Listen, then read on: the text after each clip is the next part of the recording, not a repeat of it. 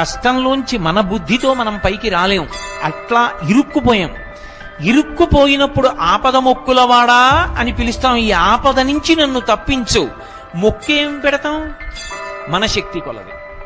ఒక్కొక్కడంటాడు నేను నా తలనీలాలు ఇస్తానంటాడు, ఒకడంటాడు కొండకి నడిచొస్తానంటాడు, ఒకడంటాడు స్వామి నీ హుండీలో 5 రూపాయలు వేస్తానంటాడు.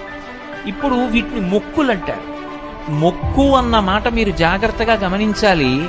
వెంకటేశ్వర స్వామి వారి హృదయం ప్రకారం అయితే వ్యాపారము కాదు. అది పాపము వలన దుఃఖం వస్తోందని వాడు తెలుసుకోవాలి. తెలుసుకుని పిలిచావు పరమేశ్వరుణ్ణి. ఆయన ఏం చేస్తాడు?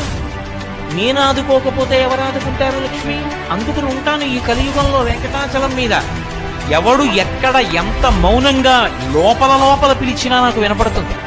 నేను వింటాను, వాణ్ణి ఉద్ధరిస్తాను ఆపదలో నుంచి.